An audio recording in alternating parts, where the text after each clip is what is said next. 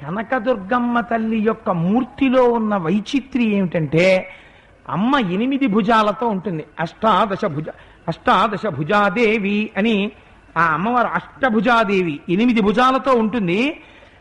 8 భుజాలతో ఉన్నటువంటి అమ్మ ఇలా కూర్చుని త్రిశూలం పట్టుకుని కిందకి పొడుస్తున్నట్టు కనపడుతుంది. అలా ఉంటే సాధారణంగా ఎలా ఉండాలి? కొంచెం క్రౌర్యంతో ఉండాలి.